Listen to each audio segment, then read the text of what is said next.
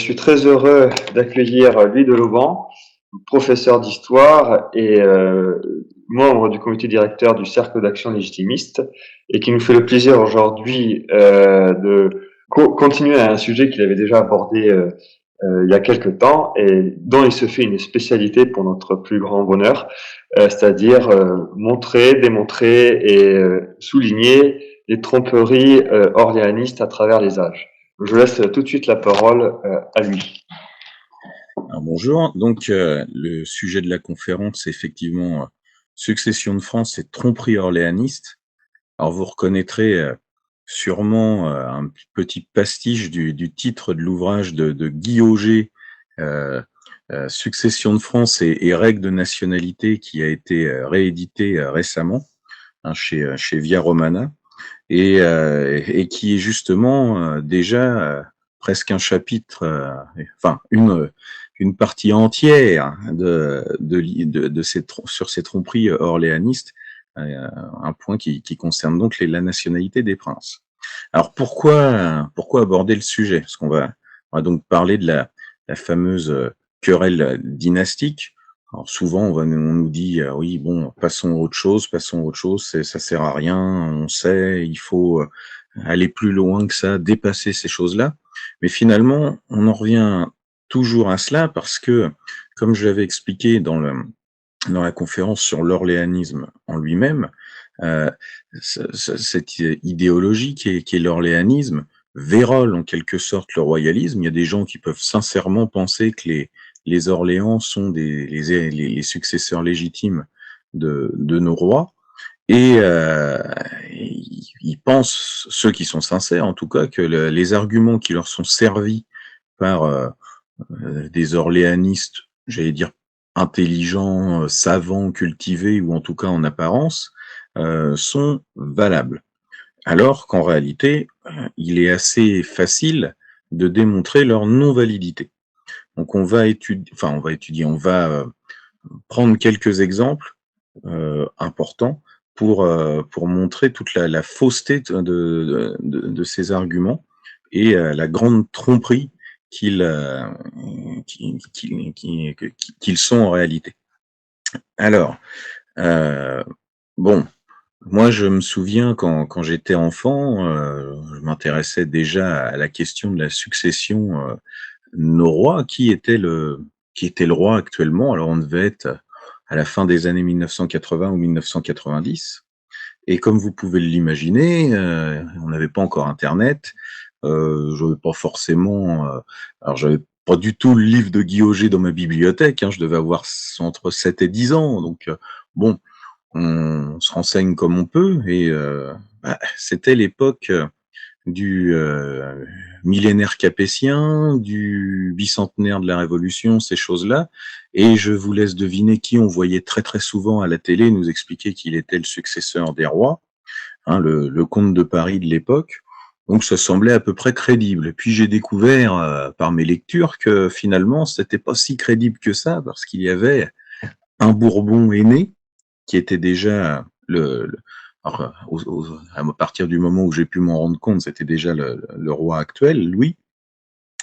Et déjà, on se constate que médiatiquement, on est trompé. Alors pas forcément par les Orléans eux-mêmes.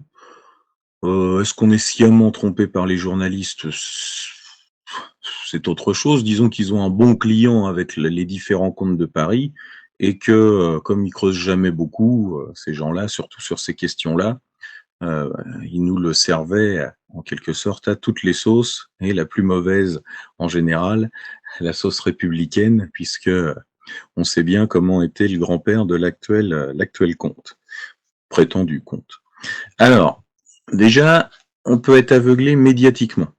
Les médias nous trompent sur la vraie succession de France, et ça fait partie des choses dont les orléanistes vont profiter. J'en reparlerai ensuite. Alors bien sûr, une erreur médiatique manipulée par les partisans de ces princes, ce serait quand même très insuffisant pour justifier leur légitimité. Donc ils sont malins, ils vont plus loin. Alors moi j'ai relevé trois, trois grands points, à part l'aspect médiatique des choses, qui est presque anecdotique d'ailleurs, trois grands points qui vont être utilisés, détournés, manipulés par les orléanistes, qui peuvent être des points politiques, historiques et juridiques. Alors, je vais aborder rapidement les points politiques parce que c'est ceux qui sont les plus rapides à évoquer et qui sont qu'on va le moins développer d'ailleurs. Alors, l'aspect médiatique rentre dedans. C'est le prince le plus connu, soi-disant, l'Orléans. Donc, celui dont les journaux parlent le plus. Donc, les gens le connaissent. N'allons pas chercher ailleurs, puisque nous avons un prince que les Français reconnaissent et connaissent. C'est lui le roi, et puis arrêtons-nous là. Alors autant ça pouvait peut-être être vrai, euh, justement dans les années 80, 90 et plus les années 60 et 70 aussi, j'y étais pas, mais on voit bien un peu l'air du temps dans les journaux. Autant aujourd'hui prétendre que le comte prétendu comte de Paris serait le alors lui pour le coup le prétendant le plus connu au trône de France, c'est douteux parce que le roi légitime, lui, maintenant apparaît bien dans les médias et bien connu aussi des Français.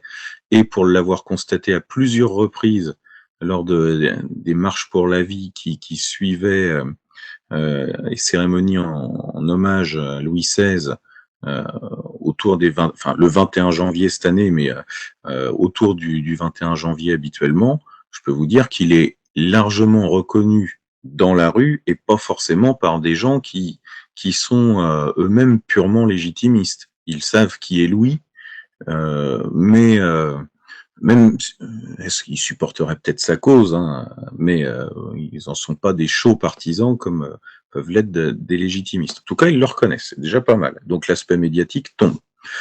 Alors dans les aspects politiques, bah, il y a tout ce qui tourne autour du nationalisme d'Action française.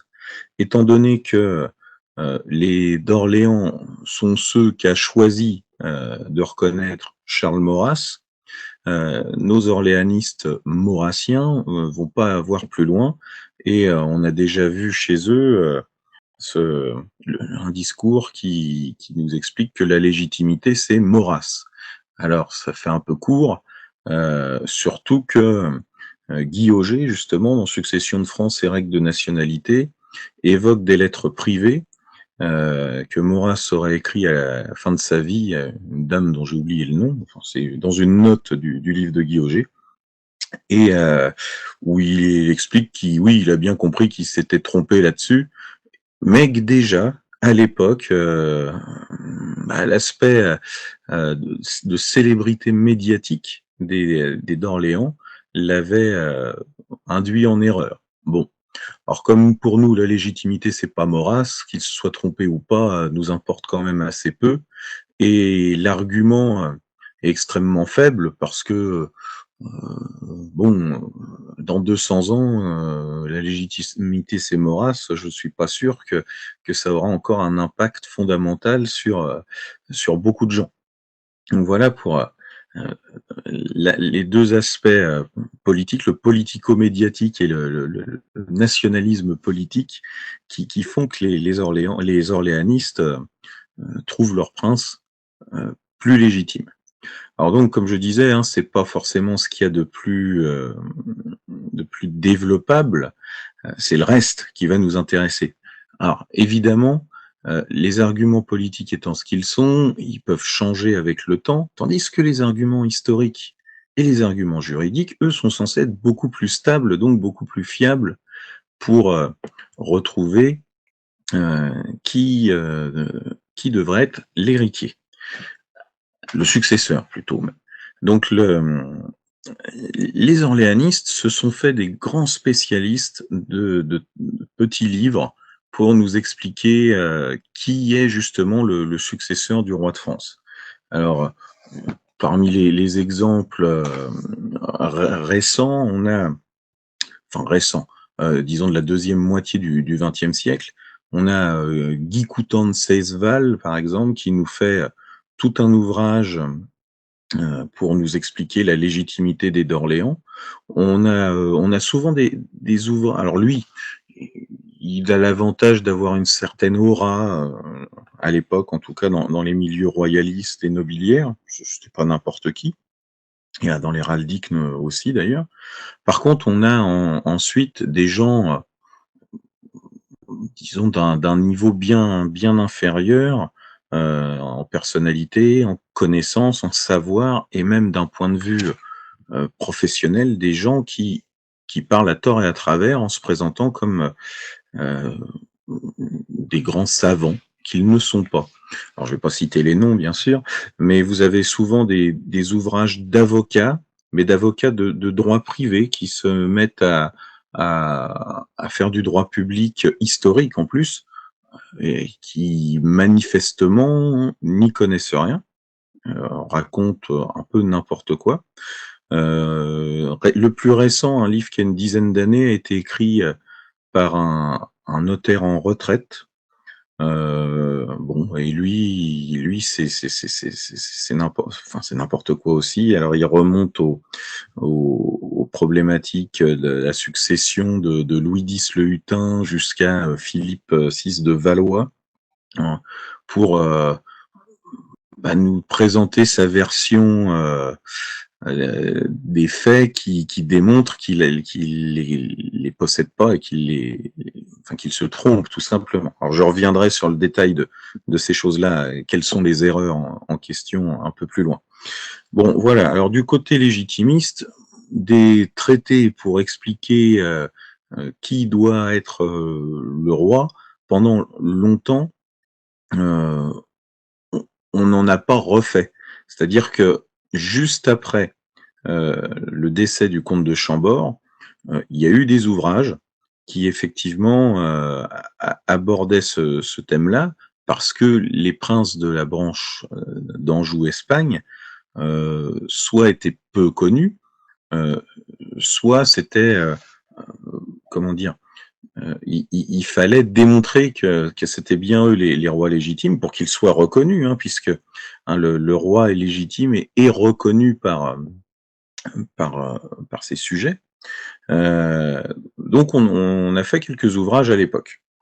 Alors le bâtonnier de Paris, donc de cette période-là en particulier, donc qui lui est une pointure au niveau juridique, avait rédigé un ouvrage. On en a eu un plus tard euh, sur le droit monarchique, dans la première partie du 20e siècle. Et puis, finalement, c'est peut-être le plus récent, c'était celui de Guy Auger, qui date de 1979, et qui, lui, s'attache au point précis de la nationalité. Voilà. D'autres ouvrages pour déterminer qui est le roi légitime, du côté légitimiste, on en a finalement assez peu, même si, bien sûr, des auteurs légitimistes ont affirmé les droits de la branche d'Anjou. Ils se sont pas remis à tout refaire de zéro en nous inventant de nouvelles théories sur comment dire, les fondements de la légitimité de ces princes. En général, les gens se reprennent les uns les autres parce que nous, on fonde la succession légitime sur la tradition, donc on va pas inventer de nouvelles règles tous les 20 ans. Ça paraît évident, et c'est aussi pour ça que publier de nouveaux ouvrages n'est pas forcément nécessaire. Ça peut le devenir quand les anciens sont totalement introuvables, mais la nécessité n'est pas si grande que ça. La preuve, la réédition du livre de Guy Auger récemment nous démontre bien que c'est pas nécessaire de le réécrire, il suffit de réimprimer les choses, elles sont dites une fois pour toutes, et c'est pas la peine de revenir dessus de zéro. Alors, aspect juridique. Les orléanistes sont de grands champions pour mélanger les deux aspects du droit, c'est-à-dire le droit privé et le droit public. Alors, un point que je pense que tout le monde connaît, justement sur les questions de nationalité. Vous savez que sous l'Ancien Régime, un Français qui s'expatrie euh, perd en quelque sorte son héritage, sauf s'il dispose de lettres qui lui permettent de ne pas tomber sous le coup de ce qu'on appelait le droit d'aubaine. Alors, ça s'applique au privé. Les princes sont des personnages de droit public et et la succession de France n'est pas une succession privée. Évidemment, elle ne se fait pas par par testament.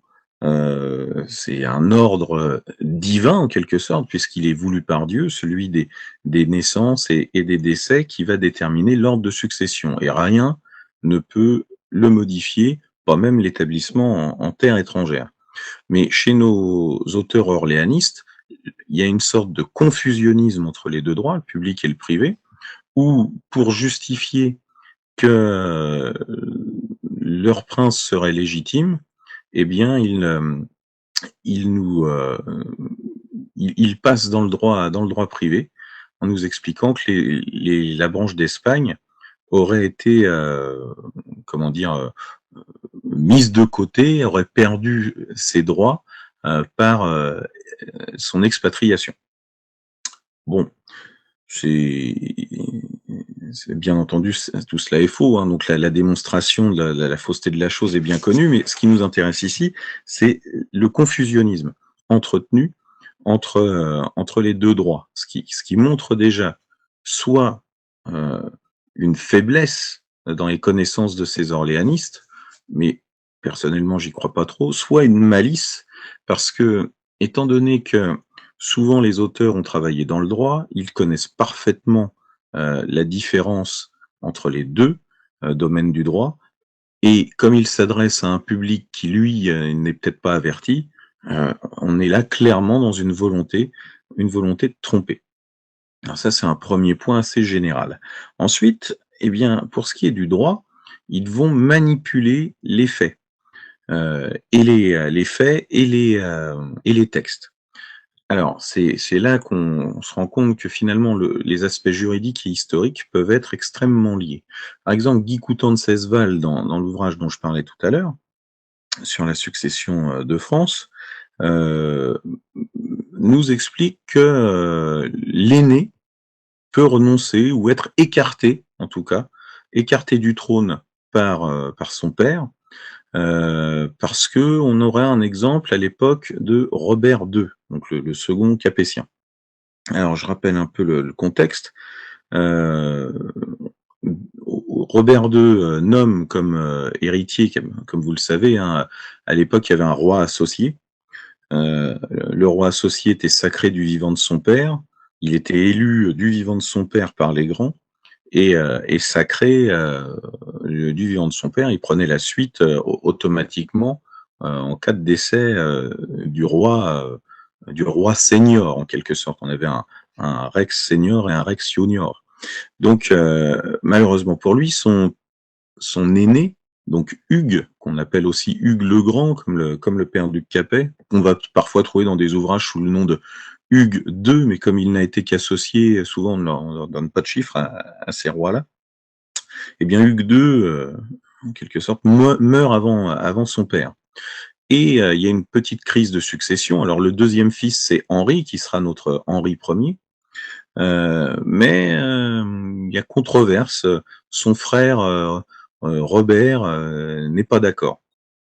On va retrouver le même genre de problématique un peu plus tard où un autre Robert aimerait bien récupérer la couronne de son grand frère.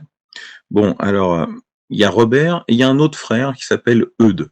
On les présente tous les deux comme des aînés, dans certains ouvrages médiévaux, je vais revenir dessus, expliquer pourquoi, comme des aînés qui auraient été écartés, et Eudes en particulier pour débilité. Voilà, il serait handicapé mentalement, faible d'esprit, donc on l'aurait écarté. Vous voyez tout de suite que ça, c'est quelque chose qui plaît aux orléanistes, étant donné euh, ce qui aurait pu advenir à la mort du précédent comte de Paris. Son fils aîné était en effet lui-même handicapé. Malheureusement, il est décédé à peu près 1 an avant son père, mais il y avait toute une controverse là-dessus pour savoir si on peut écarter un héritier qui a un handicap. Alors, pourquoi on nous explique dans des textes médiévaux que Robert et Eudes étaient les aînés d'Henri, si c'est Henri qui succède au trône? C'est simple. En fait, Henri était bien l'aîné, Robert était le frère qui venait ensuite et Eudes le petit dernier, mais les Capétiens qui sont récemment installés sur le trône, hein, on est autour de l'an 1000, entre 1000 et 1050, les Capétiens doivent encore fortifier leur couronne. Et il y a encore des opposants qui veulent un retour à la race de Charlemagne. Alors bien entendu, la race de Charlemagne étant éteinte, euh, on parle de gens, d'autres grands seigneurs, hein, des princes territoriaux, qui, euh, qui auraient du sang carolingien en ligne féminine, ce qu'ont parfaitement les Capétiens, mais les autres en auraient plus ou mieux. Enfin bon, voilà, il y a une opposition. Et cette opposition va durer longtemps. Euh, elle n'aura plus vraiment d'ambition, passer un politique, en tout cas passer une certaine période, mais on va encore retrouver l'écho de ces textes qui ont été écrits par cette opposition pendant longtemps.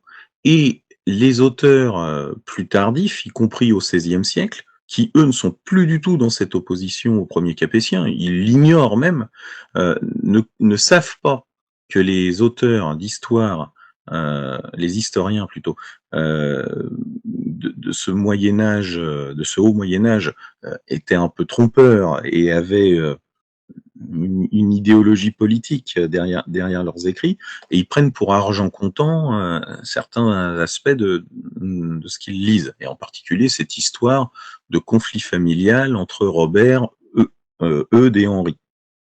Sachant que Robert était soutenu par sa mère, Constance d'Arles, donc ça en rajoute un peu, ça devait être intéressant, c'était un petit soap opéra version médiévale. Bon, voilà. Bon, alors, nous, les historiens du XXe et du XXIe siècle, on est parfaitement au courant de tout ça, on sait très bien quel est l'ordre des naissances, il n'y a aucun problème. C'est bien connu depuis très longtemps, et même au XVIe, XVIIe, XVIIIe siècle, d'autres historiens avaient fait un peu le ménage là-dedans, avaient remis l'église au milieu du village, en quelque sorte, en rétablissant l'ordre de naissance et en expliquant pourquoi il y avait eu ces ragots finalement et ces déformations. Mieux, les historiens du XXe siècle ont réussi à démontrer que finalement ni Eudes ni Robert n'étaient faibles d'esprit. On a inventé ça pour justifier qu'ils soient écartés du trône, tout en étant les aînés, et en expliquant que ce n'était pas bien. Bon, euh, étant donné que ça fait 2, 3, voire 400 ans qu'on est au courant de ces petites manipulations des auteurs anciens, on ne peut pas comprendre qu'un orléaniste du XXe ou du XXIe siècle, prétendant se faire historien et juriste, s'appuie sur des données aussi fausses pour en conclure que, on peut écarter l'aîné dans une fratrie, et deux, on doit aussi écarter quelqu'un qui souffrirait d'un handicap, quel qu'il soit, de la succession au trône. On voit bien que les choses étaient de circonstance. Le livre dont je vous parle a été écrit à la fin des années 70. Le problème de la succession du comte de Paris au niveau de ses petits-enfants était donc déjà connu. Il avait peut-être déjà ou s'apprêtait à faire des espèces d'actes de successoraux pour en écarter le petit-fils aîné. Donc le Guy Coutan de Cesval vient apporter une caution historique et juridique fausse au projet du comte de Paris. Mais d'un autre côté, si on peut écarter l'aîné dans une branche, bien entendu, ça veut dire qu'on pouvait, dès le deuxième ou le troisième roi capétien, écarter, pardon, écarter un prince, tout comme Philippe d'Anjou, Philippe V d'Espagne, aurait été écarté ensuite. On voit donc là tout l'intérêt de manipuler le droit et l'histoire en partant de petits exemples anciens, mal connus et qui sont déjà au Moyen Âge de grandes manipulations finalement. Alors on a un deuxième exemple qui ressemble assez à cela, c'est alors toujours juridique et historique. C'est un exemple autre. Là, je vous ai parlé donc d'une tromperie, qui nous vient du Moyen Âge pour des raisons politiques, de gens qui soutenaient plus des pseudo-carolingiens que les nouveaux capétiens. Ça alors pour conclure là-dessus d'ailleurs, je rappelle que ça s'arrête, ce genre de oui, je t'écoute Paul. Oui, j'aurais juste une question. Et pourquoi ces auteurs médiévaux parlaient des cadets comme des aînés? Enfin, c'était un pur mensonge ou il y avait une raison autre? Alors, Pas du tout. pur mensonge, c'était vraiment, alors ils soutenaient politiquement, Robert, ils avaient intérêt à soutenir Robert qui était un seigneur, puissant, donc qui va être en fait l'ancêtre des ducs de Bourgogne jusqu'à, Philippe de Rouvre. Donc c'était un personnage puissant et ça les arrangeait de le soutenir finalement, pour, tout un tas de raisons politiques, de l'époque. Mais alors, justement, cette, opposition au puis, l'intérêt aussi, c'était, de supposer l'illégitimité, de la succession royale à partir d'Henri Ier, et d'en rajouter un peu puisque souvent les auteurs en question, comme je le disais, étaient plutôt au service de princes qui se voyaient plus légitimes que nos rois, en se prétendant plus carolingiens, qu'eux. Et justement, après Louis VIII, on va considérer que la couronne fait retour au sang de Charlemagne puisque, en ligne féminine, heu, il y a du sang de Charlemagne, hein, dans les qui coule dans les veines de la mère de Louis VIII.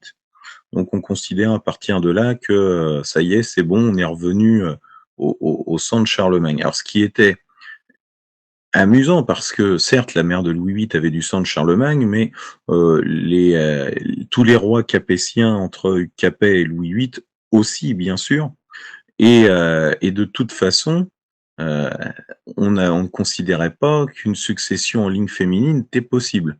C'était vraiment pour, récupérer les vertus du sang. Qu'on voyait, qu'on espérait ce retour ou que certains soutenaient la chose. C'est aussi une manière de s'opposer à la puissance grandissante des premiers Capétiens, hein, qui ont rassemblé des terres, qui ont, finalement vaincu les princes territoriaux. Donc, comment s'opposer à celui qui est sacré, à celui qui est le roi, sinon en réclamant contre sa légitimité et au Moyen Âge, comme dans l'Antiquité d'ailleurs, il était assez facile de forger finalement des fausses preuves ou des faux arguments, parce que, bah, les sources étaient, on va dire moindres et étaient peut-être plus faciles de manipuler, un petit peu les gens et souvent d'ailleurs, les généalogies étaient mal connues. Où il y avait des petits défauts. On sait par exemple que sur les listes royales, à l'époque de la guerre de Cent Ans ou jusqu'à François Ier, parfois on nous parle de rois, de rois qui n'ont pas existé. Finalement, on rajoute un roi, un Philippe par-ci, un Charles par-là, en confond. Alors, c'est pas qu'ils n'ont pas existé, mais c'est qu'en général, on va dédoubler un roi où on comprend mal une note. Il y a eu je sais pas, le copiste a fait un pâté, donc tiens, il y a 2 Louis ou 2 Philippe au lieu d'un seul. Et il y a des petites erreurs comme ça sur les périodes. Alors pendant la dynastie carolingienne, hein, essentiellement.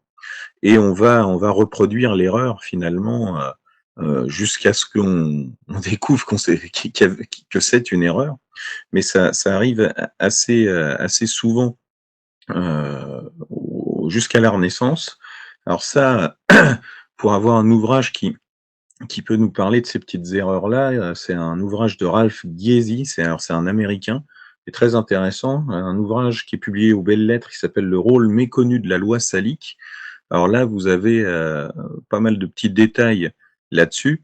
Et puis un autre, alors j'ai oublié le nom de l'auteur, mais ça doit s'appeler L'aventure extraordinaire de la numérotation des rois de France.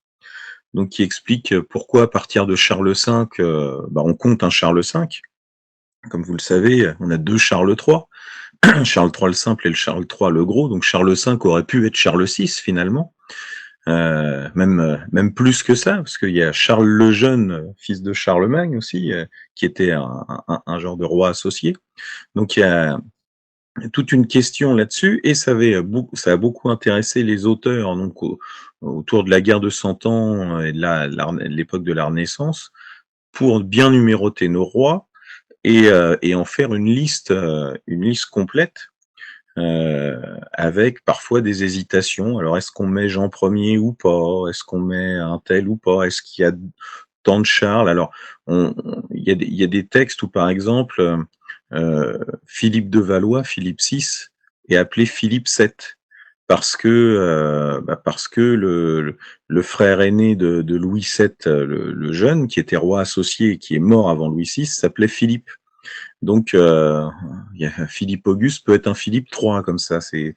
Alors, c'est pas dans beaucoup d'ouvrages, hein, mais il y a un ou deux historiens de cette période du début de la Renaissance qui ont fait, alors non pas l'erreur pour le coup, mais qui ont compté des rois en plus, comme le Hugues II dont je parlais tout à l'heure. Voilà pour la petite parenthèse. Alors, j'en reviens à mes aspects juridico-historiques. Alors, un auteur que les orléanistes nous sortent très souvent, c'est André Favin. Alors, André Favin était un juriste d'un niveau assez petit du XVIe siècle, et il nous a écrit un, un grand ouvrage, disons, d'histoire, où il y a deux phrases qui intéressent énormément nos orléanistes. Une phrase qui parle d'Arnulf. Alors Arnulf, je vous le replace, c'est un neveu de Charles III le Gros, justement. Et Arnulf n'est pas un enfant légitime. C'est le fils de Carloman, donc frère de Charles le Gros, mais c'est un bâtard. Alors je vais revenir dessus ensuite. Et le deuxième aspect qui intéresse nos orléanistes, c'est le passage de Favin sur Charles de Basse-Lorraine, donc le frère de Lothaire II, oncle de Louis V, qui n'a pas été élu roi, puisque c'est, comme vous le savez, Hugues Capet qui l'a été. Alors, quand il nous parle d'Arnulf, Favin explique que les Français n'ont jamais voulu se soumettre à un prince étranger, et il me semble que les mots exacts sont voire fut-il du sang de France. Ah, alors effectivement, quand on tombe là-dessus et qu'on est orléaniste, on se dit un prince étranger, c'est un prince qui habite à l'étranger. Déjà, la définition n'est pas tout à fait bonne. On y reviendra. Et ensuite, voire fut-il du sang de France, et voilà, bingo, on a trouvé la phrase qui nous dit que si un Bourbon est parti en Espagne ou en Italie, il est du sang de France, mais il est étranger, donc il est rayé des cadres, et la preuve d'ailleurs, le premier Capétien est devenu roi grâce à cet aspect-là. Ah, alors oui, parce qu'en fait, là, Arnulf, c'est pas par l'époque des premiers Capétiens, encore que c'est l'époque d'Eudes. Mais pourquoi j'ai fait ce raccourci-là? Justement, c'est une autre pratique de forgerie orléaniste, c'est de faire des raccourcis et des petits montages. Donc en fait, il mélange Arnulf, sans jamais l'évoquer d'ailleurs, avec Charles de Basse-Lorraine, et quand on a les citations de Favin, on a l'impression que cette histoire de voir fut-il du sang de France s'applique à Charles de Basse-Lorraine, alors que c'est pas du tout le cas. Donc là, par contre, on est dans la pure manipulation. Alors j'en reviens au texte de Favin. Le texte de Favin est assez compréhensible. Alors Arnulf était de la branche de Louis le Germanique, donc il était côté allemand. Il était étranger du point de vue de Favin, parce que à l'époque carolingienne, on parle pas d'allemand, on parle même pas de germanique, même si c'était le surnom de Louis, le grand-père d'Arnulf. On parle bien de francs de l'Est. On a les francs de l'Est et les francs de l'Ouest. Donc, d'ailleurs, tous les rois sont rois des Francs. Même si c'est pas la même Francie, tout le monde est roi des Francs. Donc, dire que Louis le Germanique, Carloman ou autre serait étranger est assez ridicule à l'époque. C'est d'autant plus ridicule que Charles III le Gros a bien été élu roi des Francs occidentaux, donc roi de France finalement, euh, sans que le fait qu'il soit de la branche établie en Francie de l'Est, de la famille carolingienne, ait posé problème. Donc on voit l'aspect ridicule. Par contre, ce qui est intéressant, c'est voir fut-il du sang de France. Eux, ils comprennent, les orléanistes, hein, quand je dis eux, comprennent ça comme bah, n'importe quel prince, surtout légitime, serait donc exclu du trône. La réalité, c'est que il est issu du sang de France, notre Arnulf, puisque son père est un carolingien. Mais c'est un bâtard, donc il n'est pas considéré comme appartenant légitimement à la famille royale. Et on sait bien que plus tard, les bâtards royaux ou leurs descendants ne sont pas considérés comme des princes du sang. On sait toute la problématique qui a existé un peu de temps avant la mort de Louis XIV et après sa mort, puisqu'il avait légitimé ces bâtards royaux et qu'il leur avait accordé le titre de prince du sang. On sait que ça a été cassé en 1717 et qu'on a refusé de voir en eux de véritables princes du sang. On leur a laissé les privilèges dont ils avaient bénéficié en tant que princes du sang, mais ils ne pouvaient plus en être et ils n'étaient pas successibles au trône. Et je rappelle que Louis XIV avait aussi décidé que ces bâtards et leurs descendants deviendraient successibles après toutes les branches légitimes des, des Bourbons. Tout ça a été cassé. Alors bien entendu, on peut estimer que si vraiment les Bourbons s'étaient éteints à l'époque dans leur branche légitime, on aurait eu une élection royale finalement. Et après tout, même un enfant ou un descendant d'enfant illégitime de Louis XIV aurait été bien positionné pour recueillir la couronne. Ça s'est vu dans d'autres royaumes, hein, au Portugal en particulier, où ce sont des branches illégitimes qui ont succédé à la branche légitime par élection. Mais pour en revenir à notre André Favin, alors c'est le théâtre d'honneur et de chevalerie, hein, son ouvrage. Clairement, pour lui, si Arnulf est exclu de la succession en France de l'Ouest, c'est parce que c'est un bâtard. Et il rajoute le côté étranger, et ça, je dirais que c'est parce que André Favin est un homme du XVIe siècle, il vient après la guerre de Cent Ans, et qu'un sentiment national est né. Mais ce sentiment national qui naît à partir on va dire, du milieu de ce qui est pour nous la guerre de Cent Ans, n'existait bien entendu pas autour de 887-888. Donc c'est des extrapolations d'André Favin déjà à l'époque, qui n'est pas vraiment un historien et qui n'est pas un grand juriste. C'est un avocat, c'est pas du tout c'est pas le chancelier de France, quoi, clairement, hein, on en est même très loin. Voilà, première erreur. Puis alors deuxième erreur, c'est tout ce qui concerne Charles de Basse-Lorraine. Alors le pauvre Charles de Basse-Lorraine, euh, il est complètement incompris par les orléanistes.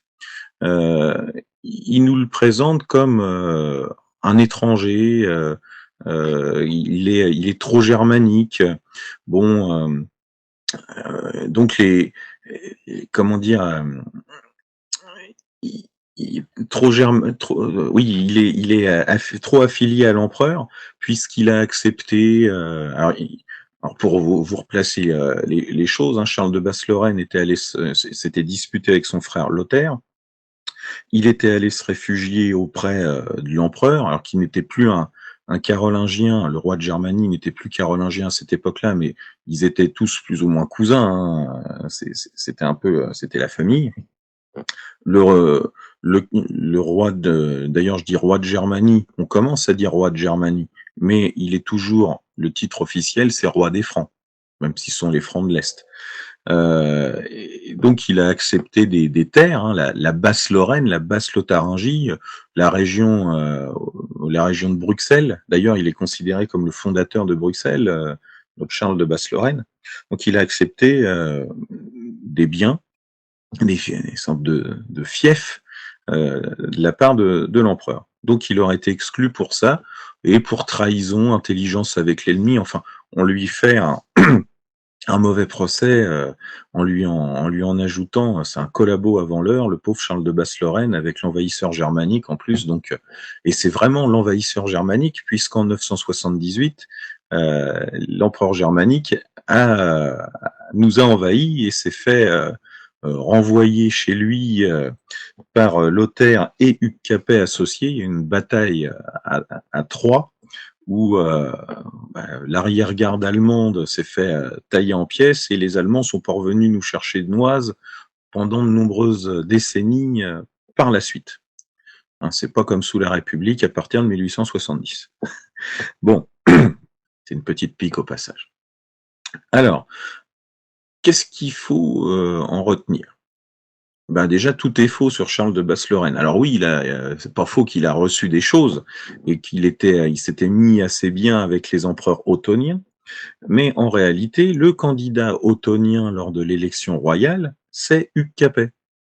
On nous le présente comme le champion national, il va le devenir en quelque sorte, mais pour l'évêque Adalbéron en particulier, qui avait des gros problèmes avec les deux derniers rois carolingiens, hein. Quand Louis V est mort, il était tout proche d'être jugé, Adalbéron, et justement pour trahison. Donc notre évêque est un chaud partisan des Ottoniens et de l'unité de l'empire. En fait, il veut refaire l'empire de Charlemagne, mais sous un Ottonien. Et pour ça, eh ben, il faut pas qu'il y ait un royaume de France qui se constitue d'une manière indépendante. Et si on avait élu Charles, leur manière de voir les choses est assez simple. Hugues Capet est un grand seigneur, mais il n'a pas l'aura, d'une, de s'appeler Charles, et deux, d'être un descendant direct et en ligne masculine de Charlemagne. Tandis que Charles de Basse-Lorraine s'appelle Charles, il est un descendant de Charlemagne, et s'il était roi, il est évident qu'il ne voudrait pas se soumettre à l'Ottonien. Au contraire, il voudrait reconstituer l'Empire carolingien.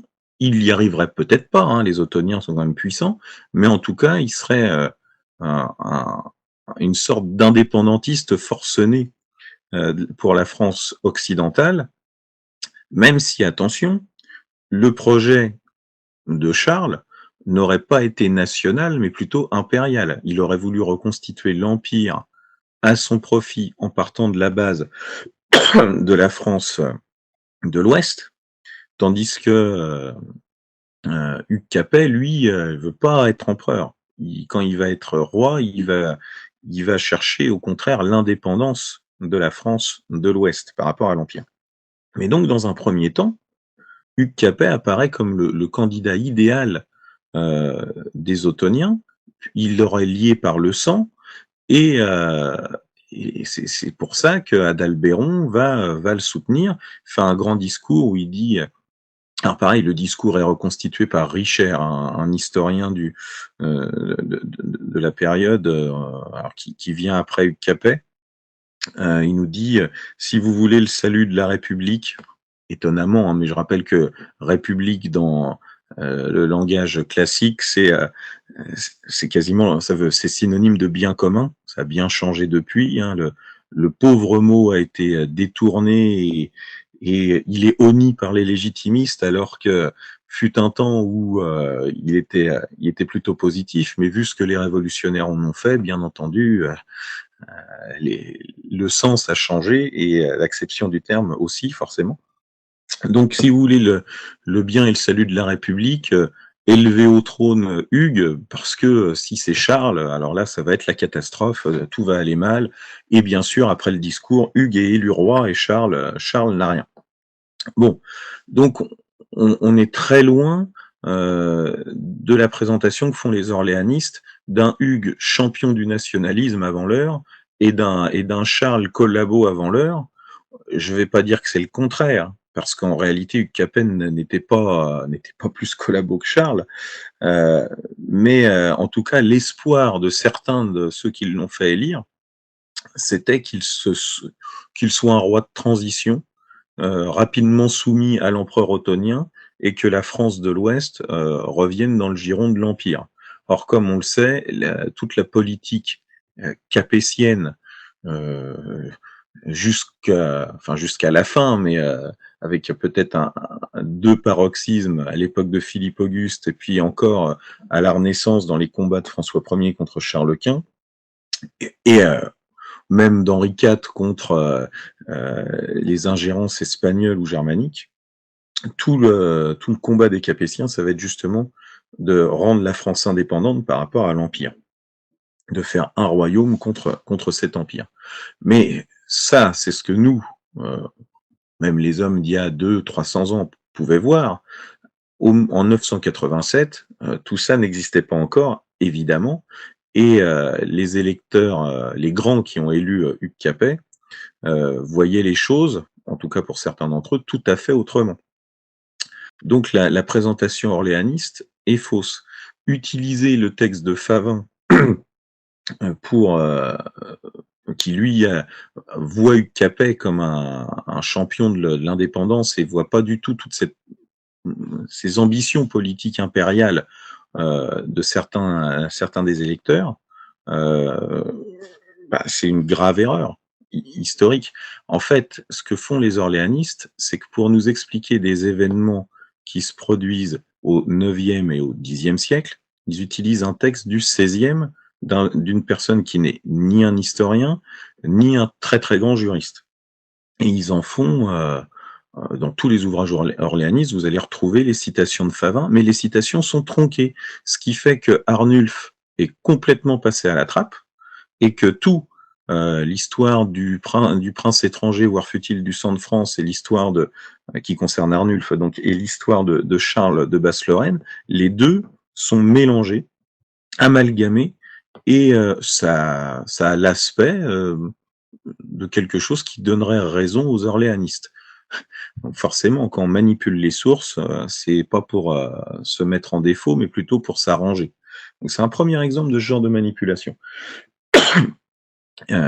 historique et politique. Alors le pauvre Charles de Basse-Lorraine est souvent ressorti du placard par les orléanistes, qui adorent faire leur chou gras de ce qui lui est arrivé. Alors, on a dans le genre bricolage de sources, on a d'autres choses étonnantes. Alors là, beaucoup plus récentes, qui concernent le droit aussi, en quelque sorte. C'est la fameuse interview du comte de Chambord en 1873, où il déclare mon héritier, vous le connaissez, c'est celui que la Providence m'impose, et juste après, les princes d'Orléans sont mes fils. Alors, c'est comme ça que vous allez le retrouver présenté chez dans beaucoup d'ouvrages orléanistes. C'est un texte que Charles Maurras considérait comme déterminant. C'est là-dessus qu'il a comment dire, je ne sais pas s'il avait des doutes sur les d'Orléans, mais en tout cas, il savait que certains avaient des doutes, et il a déclaré que ça c'était fondamental finalement, et que ça éteignait toute discussion. Bah, hop, le comte de Chambord a désigné les Orléans de cette manière-là. Bon, alors déjà, le premier aspect, comme je l'ai dit un peu plus tôt, euh, le royaume de France, c'est pas un bien patrimonial qu'on peut mettre dans un testament. Donc, dans tous les cas, même si le comte de Chambord avait vraiment désigné les Orléans pour lui succéder, il aurait eu tort. Malgré tout le respect qu'on a en tant que légitimiste pour lui, ça aurait été une erreur. Et voilà, même les plus grands rois peuvent se tromper, surtout sur des aspects complexes de droit et d'histoire. Donc, il se serait trompé de notre point de vue. Mais en réalité, c'est pas trompé du tout. Pourquoi? Parce qu'en fait, le texte a été tronqué, manipulé, bricolé, bidouillé, trafiqué. Il y a deux questions. D'abord, on pose une question au comte de Chambord sur sa succession. Et on lui demande, alors, votre neveu Robert de Parme, hein, je rappelle que sa sœur, la sœur du comte de Chambord, Louise, avait épousé le duc de Parme, et donc le duc qui a été assassiné, Robert, le fils aîné, est donc le garçon le plus proche du comte de Chambord. En plus, c'est un Capétien, un Bourbon de la branche, alors d'un rameau cadet de la branche aînée, hein, enfin de la branche aînée, la deuxième branche du coup, parce que la branche aînée était le comte de Chambord à lui tout seul, mais la deuxième branche c'est celle d'Anjou-Espagne. Et donc, bah, l'hypothèse est, est-ce que vous allez faire un testament, justement, ou une déclaration pour léguer vos droits à la couronne de France à votre neveu Robert? Et c'est là que le comte de Chambord répond qu'il est un fanatique de la légitimité, enfin de la légitimité un fanatique du droit finalement, hein, du droit légitime et des principes qui sont les siens, et que non, il va pas trafiquer les règles de succession, il va pas faire un testament inutile, donc il sait très bien qu'il n'en a pas le droit, ça le démontre, et il nous dit mon successeur, vous le connaissez, c'est celui que la Providence m'impose, et il en dit pas plus, et il s'arrête là. Et autre question du journaliste, et la fusion, donc la fusion entre les orléanistes et les légitimistes, les partisans des deux branches, fusion politique pour envisager, on est en 1873, hein, c'est encore possible, envisager une troisième restauration. Et il dit en gros, la fusion, elle est faite, hein, il n'y a plus de problème entre nous. Alors là, il s'avance un petit peu. Certains se disent que c'est un petit peu politicien ce qu'il fait, ce qu'il dit pour que les orléanistes justement peut-être fassent moins les difficiles. Et il déclare donc les princes d'Orléans sont mes fils.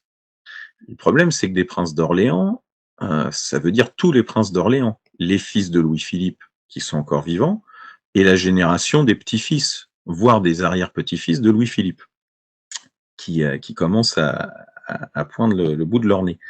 Il ne nous dit pas le comte de Paris est mon fils. Il n'a pas adopté le comte de Paris. Il embrasse finalement tous les Orléans de cette manière-là. C'est une manière de dire qu'il. Alors ensuite, il explique que 1848 a effacé 1830. Donc en gros, c'est un acte de pardon, tout à fait catholique, tout à fait euh, normal pour un prince aussi pieux que Henri V. Il va même jusqu'à expliquer que les malheurs de l'exil, en gros, des Orléans, effacent aussi, il va oublier la forteresse de Blaye, c'est-à-dire le fait que sa mère a été enfermée par Louis-Philippe et Thiers en 1832, dans les conditions que l'on sait, lors de l'échec de la chouannerie de 1832. Bon, donc c'est clairement un acte de pardon. Mais les orléanistes vont détourner ces deux textes, faire sauter la question sur la fusion, et justement fusionner deux morceaux de texte et nous le diffuser à grande échelle pour dire, voyez, le comte de Chambord a dit, mon successeur, c'est celui que la Providence m'impose, les princes d'Orléans sont mes fils, donc bah, c'est clair, hein, ses successeurs sont les Orléans. C'est pas du tout clair. J'ai expliqué récemment dans Vexilla Gallier que c'était Jean III, enfin le futur Jean III, donc le comte de Montizon qui était visé par la phrase « Mon successeur, vous le connaissez, c'est celui que la Providence m'impose », parce que la vie de Jean III n'était pas exemplaire, ses idées politiques étaient très libérales, et donc c'était un héritier décevant pour Henri V. J'ai expliqué que bon, il a été le successeur d'Henri V que pendant 4 ans, puisqu'il est mort en 1887. Il n'a pas eu le temps de faire de grandes choses. pour le légitimiste, mais on a deux déclarations de lui où on voit qu'il a adopté les positions du comte de Chambord. Donc il est revenu sur est-ce qu'il a renoncé au mal et à ses erreurs libérales. En tout cas, il le dit. Il a fini sa vie au milieu d'une famille alternative, va-t-on dire, en Angleterre, avec une maîtresse et des enfants nombreux, hein, qui ont une descendance jusqu'à récemment, illégitime bien sûr, en Angleterre. Bon, il y avait de mauvais aspects dans la vie de ce prince, mais en tout cas, le peu de temps où il a régné, on peut dire qu'il a commencé à changer en bien. Et en cela, rappelons-nous de Louis XII, hein, en tant que duc d'Orléans, c'était pas franchement un prince très positif. Il était même souvent dans l'opposition au roi. Et puis finalement, il a changé en bien et est devenu un grand roi, le père du peuple.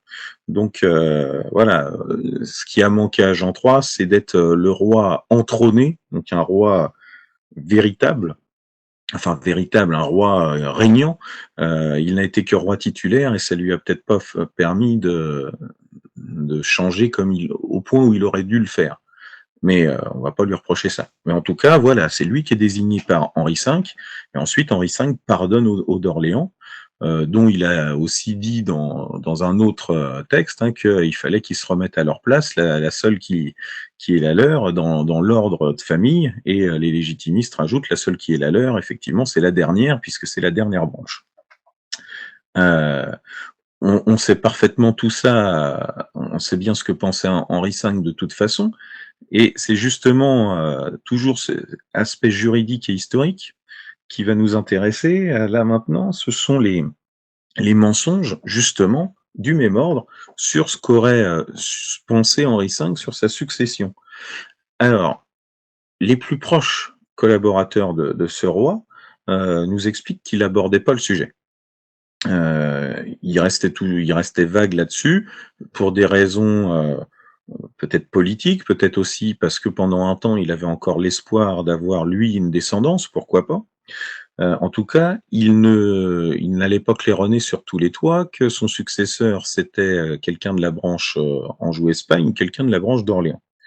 Pourtant, on a au moins deux exemples qui montrent son opinion évidente.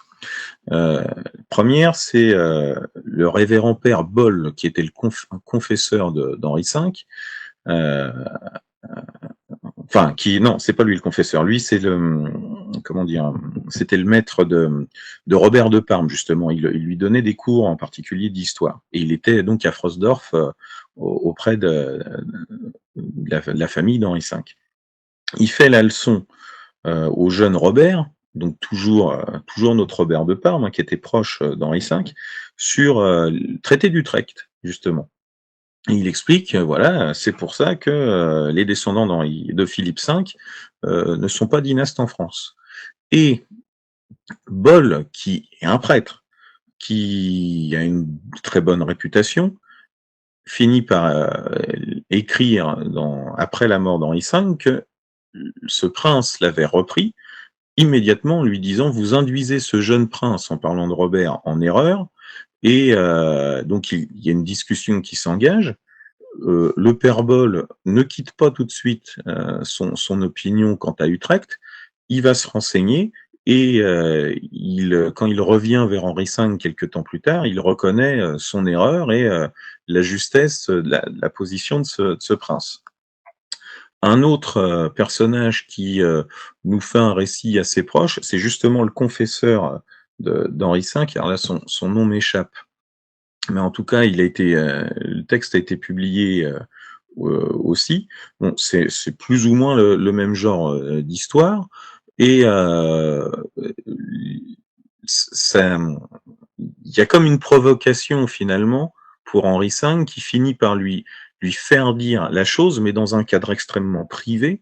Hein, la leçon du prince Robert, ou l'autre cadre, c'est très privé aussi. Ils sont très peu nombreux. Ils sont deux ou trois quoi dans la pièce quand la discussion arrive, en plus du comte de Chambord et de son épouse, hein, bien sûr. Donc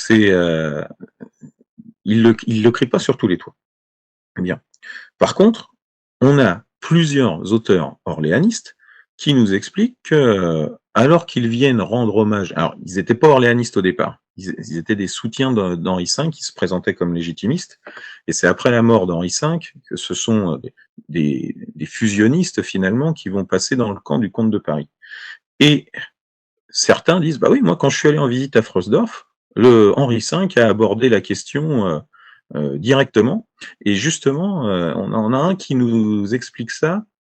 Même chose, il y a une affaire avec Robert de Parme, il pose quasiment la même question que le journaliste de tout à l'heure. Alors, est-ce que ce sera lui votre successeur?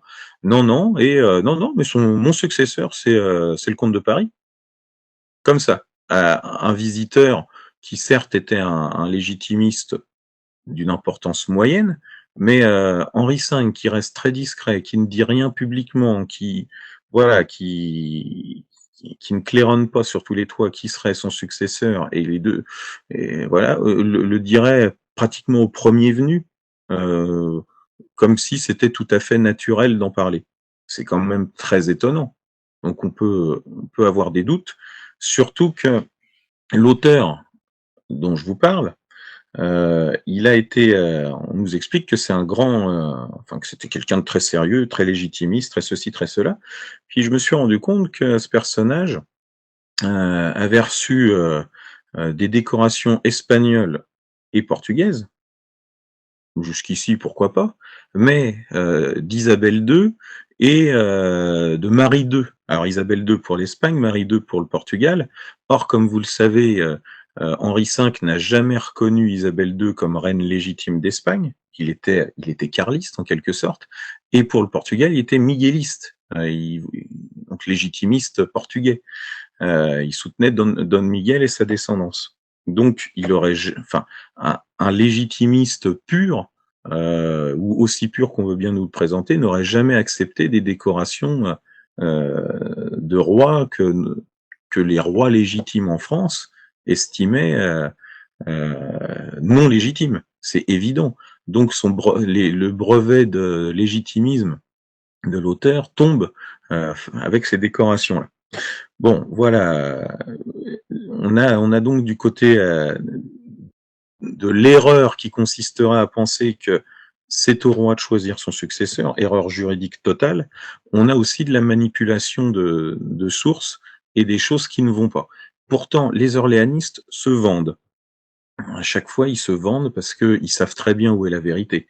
Les princes d'Orléans, en 1852, ont envoyé Monsieur Philippe de Rohan-Chabot auprès d'Henri V pour justement discuter, c'est l'époque de la première fusion en 1852, pour lui demander finalement ce qu'ils espèrent, c'est qu'il reconnaisse le comte de Paris comme son successeur. Et dans les, comment dire, dans les notes qu'ils ont données à Philippe, alors on l'appelle Monsieur de Jarnac, ce Philippe de Rohan-Chabot. Donc dans les notes qu'ils ont données à Jarnac euh, pour ces discussions avec Henri V, il y en a une qui explique qu'il faudrait savoir comment il s'est engagé avec le comte de Montemolène. Alors Montemolin, c'est Charles VI d'Espagne, hein, du point de vue carliste. C'était le frère aîné de notre comte de Montizon dont je vous parlais tout à l'heure, Jean III. Il est mort dans les années 1860 sans descendance, d'où le fait que ce soit Jean III qui soit le successeur. Mais en 1852, le Bourbon de la branche, de la deuxième branche le plus proche d'Henri V, c'était bien donc le comte de Montemolin. Donc l'idée était pour les Orléans de savoir si le comte de Chambord s'était engagé auprès de lui, et s'était engagé à quoi? À le reconnaître comme successeur, ou en faire ou le faire monter dans le parti légitimiste. Alors on n'a pas le détail, mais rien que le fait de savoir qu'il s'interroge sur les engagements pris par le comte de Chambord auprès du comte de Montemolin, ça veut tout dire. C'est clair, net et précis. Il y a bien un problème pour eux là-dessus. Ils savent très bien qui est le successeur. C'est très évident. D'ailleurs, Louis-Philippe lui-même, quand ce qui va déclencher la guerre carliste, donc l'abolition de la loi salique en Espagne, va être connu, eh bien, il va s'en plaindre en disant, bah oui, mais si les princes espagnols ne peuvent plus bénéficier de la loi salique chez eux, alors les renonciations tombent et ils prennent la place de mes enfants. Alors, d'un point de vue juridique, c'est un peu n'importe quoi, mais il avait bien compris que de toute façon, ils étaient avant lui et avant ses enfants. Bien. Alors, donc, tout ce bricolage, le bricolage pour faire des faux, c'est déjà grave, mais on a des faux complets par les orléanistes, des choses absolument étonnantes. Alors, euh, par exemple, vous avez Cardinal Baudrillard. Cardinal Baudrillard, avant d'être cardinal, a publié un livre sur les rapports sur Philippe V et sa cour, et les rapports de Philippe V et Versailles. C'est vraiment un ouvrage très intéressant, très complet, et il a été pour ça aux archives d'Alcalá de Henares. Il a vu à peu près tout ce qu'il fallait voir sur la période, et donc aussi sur la question de la succession éventuelle de Philippe V en France, au cas où Louis XV, qui était encore enfant, serait mort sans descendance. Alors, dans ses archives, il a retrouvé l'ouvrage du révérend père Poisson, donc, qui était un prêtre stipendié par les Orléans. Un prêtre qui n'était pas du tout un juriste, même pas un historien, et auquel le régent a demandé d'écrire un ouvrage qui démontrerait que, étant donné qu'il est établi en Espagne, qu'il y a eu les renonciations, tout ça, Philippe V ne peut plus succéder au trône de France.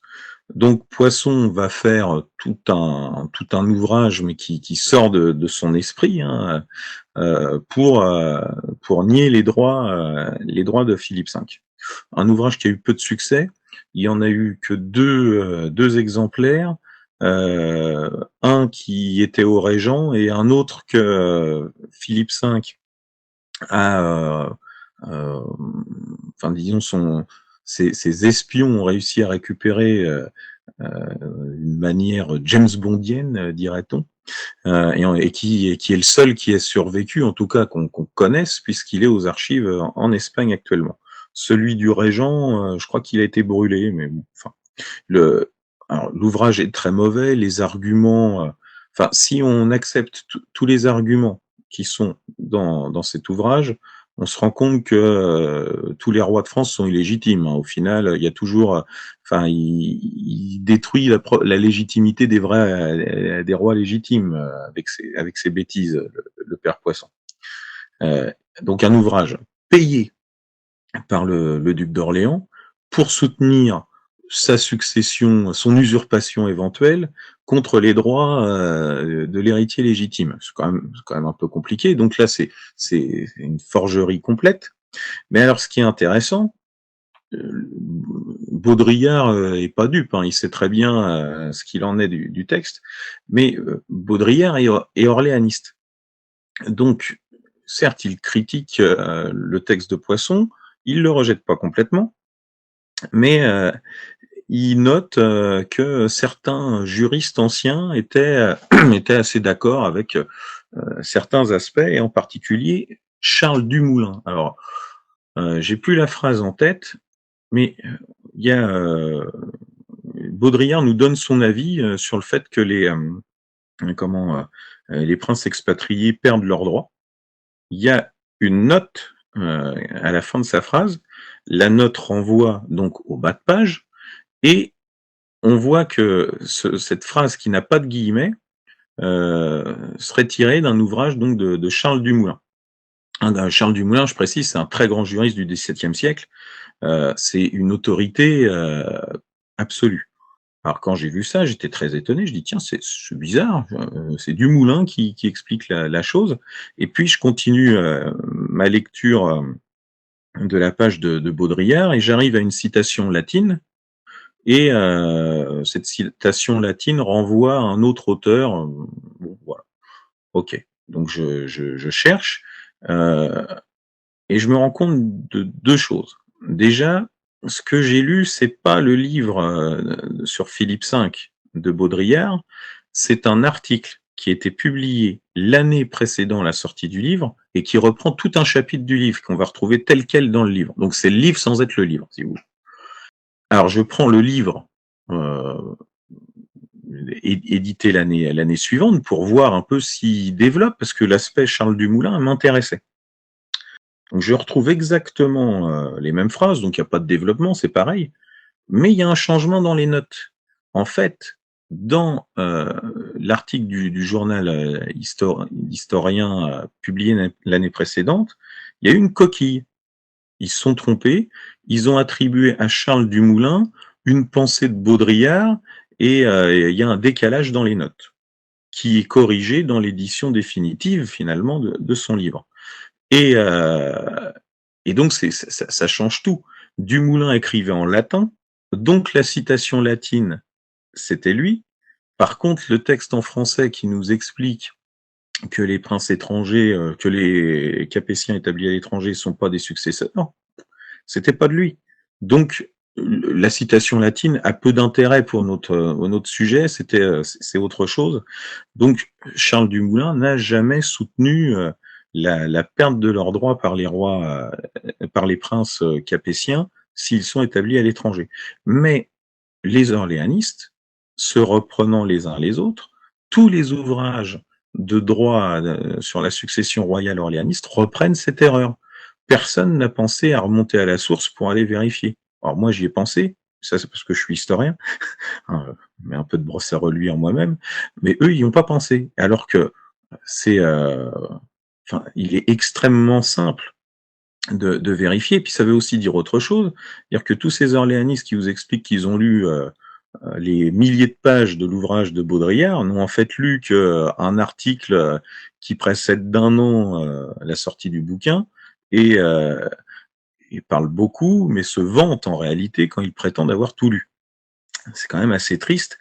Ou alors, dernière solution, ils savent parfaitement qu'il y a une erreur, mais qui va vérifier? Autant se servir de l'erreur pour manipuler. Voilà, c'est un peu c'est cette malice presque diabolique qu'on va retrouver souvent, très souvent chez eux. Alors, vous avez le mensonge pur aussi, ça fait partie des habitudes de nos orléanistes. Un exemple, le dénigrement. Le dénigrement du duc de Saint-Simon. Alors Saint-Simon, bien connu pour ses mémoires, mais aussi pour des ouvrages qui concernaient la question des princes légitimés, nous explique, alors dans les mémoires, il nous explique que il dit aux régents, nous qui avons toujours été amis, qui avons joué à la balle ou aux quilles ensemble quand nous étions enfants, moi qui suis proche de vous, comme vous le savez, si jamais Louis XV venait à mourir, je vous abandonnerais et je rejoindrais Philippe V parce que c'est lui l'héritier légitime. Donc imaginez si moi, avec la proximité que j'ai par rapport à vous, je vous abandonne, imaginez les autres Français. Bon, et il nous dit une autre chose, ça c'est dans les mémoires de Saint-Simon, dans un autre texte sur les... j'ai oublié le titre du texte. Mais enfin, c'est un essai justement sur les droits des pairs de France, si je ne me trompe pas. Il dit une phrase définitive, le roi est français, c'est ça la règle de nationalité. Enfin, s'il y en a une, c'est celle-là en tout cas. Le roi est français. S'il ne l'est pas, il le devient. S'il ne l'est pas né, il le devient en devenant roi de France.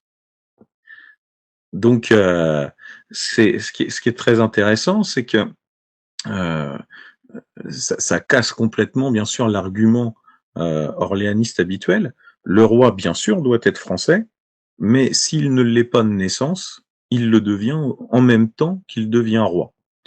Alors, c'est très embêtant pour les orléanistes, ces deux citations et quelques autres, hein, je ne vais pas toutes vous les sortir. Donc le mensonge consiste à dire que, Saint-Simon n'a aucun intérêt, que c'est une vieille commère, que, enfin, il est critiqué, le pauvre, il s'en prend plein la tête. Et deux, non, non, le régent et Saint-Simon n'ont jamais été amis. Ah, alors on a tous les biographes de Saint-Simon et du régent vous expliqueront le contraire. Alors après, on peut toujours discuter sur les degrés d'amitié, sur ce que veut dire amitié entre un prince comme le régent et un duc et pair comme Saint-Simon. C'est certainement pas des copains qui vont aller au bistrot vider des bières, hein. C'est une évidence. Mais en tout cas, ils s'appréciaient. Euh, il y avait une forme d'amitié entre eux. Donc tout ça est dénigré, tout ça est nié par les orléanistes parce que ce que dit Saint-Simon ne va pas dans leur sens. Donc j'ai été confronté plusieurs fois au cas à me dire non, non, Saint-Simon n'est pas une source historique fiable. Alors il y a quand même Norbert Elias, qui est un sociologue historien, qui a écrit un pavé Saint-Simon sur Saint-Simon et le système de la cour, donc à l'époque Louis XIV, Louis XV. Euh, c'est quand même pas n'importe qui par rapport à ces orléanistes là qui se font juristes et historiens. Donc tous les historiens de cette période-là s'intéressent à ce que dit Saint-Simon. C'est une mine. Alors bien sûr, c'est son opinion, il est orienté et parfois pas forcément bien sur ce qu'il dit, mais c'est le cas de toutes les sources, et on peut pas se couper une jambe quand on étudie la période en refusant Saint-Simon sous prétexte qu'un orléaniste nous dirait que c'est une commère. Enfin, qu'est-ce que ça veut dire? C'est complètement ridicule. Alors, autre mensonge qu'adorent les orléanistes, c'est nous parler des almanachs royaux. Alors, les almanachs royaux vous expliquent la position de tous les gens qui sont placés à la cour ou qui ont une fonction publique dans le royaume à l'époque, qui ils sont, leur adresse, enfin, si on devait comparer ça à quelque chose, ce serait un genre d'annuaire hein, de la cour et des fonctionnaires royaux. Et puis, vous avez tout un passage sur les préséances à la cour, comment se placent les princes, qui est quoi, enfin bon, tout un tas de choses. C'est une publication privée, mais qui bénéficie d'un monopole et qui est reconnue par le roi. Alors les orléanistes, déjà, nous le présentent comme une publication officielle, complètement, alors que au mieux, c'est une publication semi-officielle. Ils nous présentent ça comme si c'était la liste officielle des successeurs du roi, alors que c'est seulement la liste, les adresses et l'ordre de préséance en France de gens qui sont établis en France et qui servent le roi de France. Donc déjà, ils changent doublement la nature de ce texte et ils nous expliquent, vous voyez, après le roi, ses enfants, ses petits-enfants, il y a le duc d'Orléans et ses descendants, et on ne parle pas de la branche d'Espagne, ou de celles qui sont en Italie ou autre. C'est assez évident, étant donné que c'est un annuaire pour vous placer les gens qui sont en France, on ne va pas vous placer des gens qui sont en Espagne ou en Italie, ça n'aurait aucun intérêt. C'était pas le but de la chose. Donc les orléanistes nous présentent ça comme quelque chose dont on ne peut pas douter et qui est une preuve. Alors, il se trouve qu'il peut y avoir des erreurs dans les almanachs royaux, déjà d'une, et parfois les erreurs peuvent être tellement graves que celui qui publie l'almanach royal a déjà été embastillé parce que il y avait un petit comment, il y avait quelque chose, c'était du temps de Louis XIV. Quand Louis XIV a cessé de reconnaître les jacobites comme alors Jacques III et Charles III comme rois d'Angleterre, contraints et forcés justement après la guerre de succession d'Espagne. Et ceux qui ne sont pas allés assez vite pour s'adapter dans l'almanach royal ont eu des petits soucis par rapport à ça. Un autre almanach qui aime bien les orléanistes, c'est l'almanach de Gotha, alors qui n'a, lui, rien ni d'officiel ni de semi-officiel, qui en plus est allemand, donc qui comprend pas forcément nos principes à nous. Donc l'almanach de Gotha présente les Orléans comme les successeurs des rois de France, donc bingo, c'est bon, il n'y a pas besoin d'aller plus loin, les Allemands nous le disent, donc on va faire comme nous disent les Allemands. C'est quand on se prétend nationaliste et qu'on vous explique que Charles de Basse-Lorraine, qui allait trop traîner en Allemagne, a été exclu à cause de ça, et qu'on vient chercher la légitimité de son prince dans un ouvrage d'origine allemande, il y a quand même une contradiction, disons, plus qu'amusante. Voilà, donc encore une manipulation nouvelle. Et puis, comme je vois qu'on s'approche du terme, eh bien, j'ai découvert récemment, enfin, c'est pas récent parce que je savais que ça existait, mais là, c'est à une échelle vraiment incroyable. Les réseaux sociaux à l'heure actuelle, ça permet de raconter tout et n'importe quoi, de tronquer toutes les citations, voire même d'inventer ce qu'on veut. Donc vous avez des petites officines orléanistes sur différents réseaux sociaux qui vous présentent dans un bel emballage des théories juridiques et historiques totalement farfelues, avec une agressivité folle, insultes envers les princes de la branche d'Anjou, insultes envers les comment les universitaires qui donnent raison au légitimisme, insultent envers les légitimistes eux-mêmes. Moi-même, je m'en suis pris récemment parce que j'ai un peu cherché à dire que non, là, c'est n'importe quoi. Alors, et surtout, ces gens-là font preuve d'un aplomb à toute épreuve, euh, qui fait que, bon, en n'ayant pas de temps à perdre, j'ai arrêté de discuter et de chercher à contrer leurs arguments en discutant directement en dessous. Je préfère publier des choses indépendantes pour démontrer la fausseté de ce qu'ils font. Mais alors là, récemment, un qui reprenait Philippe de Mézières, donc un auteur du temps de Charles VI. Oui, enfin Charles V, Charles VI. Il a écrit une lettre à Richard II d'Angleterre où, précurseur des slogans du Front National des années 90, il a écrit que la France doit appartenir aux Français, ce qui ne nous choquera pas. Mais déjà, c'est pas exactement ce qu'il a écrit. Et l'idée derrière ça, c'est qu'elle doit appartenir aux Français, donc le roi doit être français. Enfin bon, c'est toujours la règle de nationalité. Voilà. Sauf que il s'agissait pas de ça dans la lettre de Philippe de Mézières, et surtout, ce qui est présenté comme une traduction est faux. Enfin, pas une traduction, justement, comme une citation pure, n'est pas la citation du tout, parce que c'est pas ce qu'il dit, et il nous explique en fait que la Lombardie doit demeurer aux Lombards, la France aux Français, l'Angleterre aux Anglais.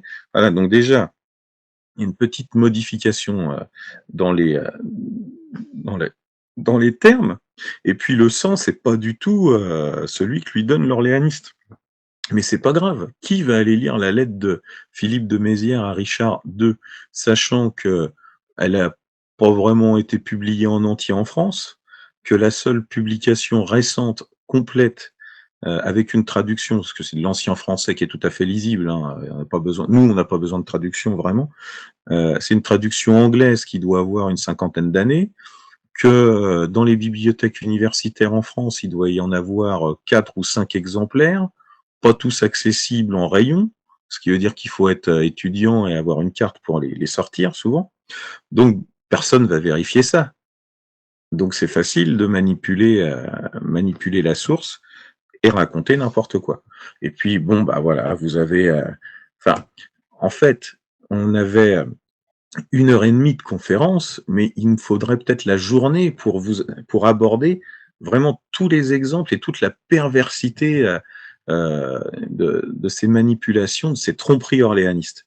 Et pour conclure, puisque je vois qu'on se rapproche de l'heure, quand j'ai commencé à m'intéresser aux réseaux sociaux, euh, en voyant justement les arguments des orléanistes, et je me disais, j'étais pas encore impliqué hein, dans le comment dire dans le cal ou dans le légitimisme comme je suis aujourd'hui. J'étais un internaute lambda avec quelques qualités en histoire et en droit historique qui trouvait fou euh, de voir qu'on nous racontait un peu n'importe quoi, j'ai commencé à vouloir argumenter contre ces gens. Et je me suis rendu compte que dès que j'avais gagné sur un point, qu'ils voyaient qu'ils pouvaient plus insister et que s'ils insistaient, ils allaient faire monter mon point de vue et se ridiculiser, ils m'attaquaient sur un autre sujet. Alors, par exemple, les almanachs royaux, ça ressortait après les histoires de traité d'Utrecht, renonciation, nationalité, bam, almanach. Alors, comme je maîtrisais pas la question encore à l'époque, je me suis renseigné, je me suis rendu compte que c'était n'importe quoi. Donc, hop, je partais là-dessus. Et puis là, hop, à nouveau une autre citation, un autre sujet. Alors, il y avait peut-être, je sais pas, 5 ou 8 sujets comme ça qui sortent à la suite. Bon, bah, comme les arguments orléanistes sont des mensonges, des tromperies, il était facile, enfin complexe, mais finalement facile de pouvoir montrer que c'était faux. Et bah, j'ai compris qu'en fait, ces gens-là ne cherchaient pas la vérité. Quand au bout de leur 8e argument démonté, le type que j'avais en face de moi revient au premier en attaquant sur d'un autre côté, sur un autre angle. Bon, bah alors donc il fallait recommencer. Alors lui était retraité, il avait peut-être le temps, moi beaucoup moins. Et j'ai compris qu'en fait leur objectif c'était de saturer l'espace médiatique finalement de leurs mensonges pour faire croire à la légitimité de leur prince. Alors des mensonges. Alors j'avais dit que je parlerais des Bourgogne-Portugal, on n'aura pas le temps. Je vous invite à relire les articles que j'ai pu publier pour Vexilia Gallier. Il y en a un justement sur la succession de Philippe de Rouvre, duc de Bourgogne, où nos amis orléanistes expliquent que ça devrait être le roi de Portugal qui aurait dû lui succéder, puisque comme duc de Bourgogne, puisque dans la branche de Bourgogne, la première branche, les rois de Portugal, effectivement, sont une branche cadette. Bah déjà, il y a deux choses qui sont complètement débiles. Un, le duché de Bourgogne, c'est pas le royaume de France, donc c'est pas le même type de succession. Et deux, à la mort de Philippe de Rouvre, eh bien, comme je le disais tout à l'heure, la branche légitime capétienne des rois de Portugal était déjà éteinte. C'était une branche illégitime, celle d'Avise, qui régnait à l'époque. Donc, il n'y avait aucune raison pour qu'une branche illégitime récupère le domaine d'origine de la branche légitime. C'est n'importe quoi. Mais, même chose, qui vraiment, à part des spécialistes, va aller s'intéresser en France à l'histoire dynastique des rois de Portugal au Moyen-Âge dans le détail? Voilà, c'est toujours la même chose, s'appuyer sur, c'est le mensonge, la tromperie, le serpent finalement, hein. On s'appuie sur l'ignorance, le mépris qu'on peut avoir des connaissances de l'autre pour essayer de le tromper en lui présentant sous un bel emballage les pires tromperies, les pires mensonges, hein. C'est ça l'orléanisme. L'orléanisme est toujours un mensonge, qu'il soit politique, historique ou juridique, mais quand c'est historique et juridique, c'est facile à démontrer parce que les sources ne mentent pas.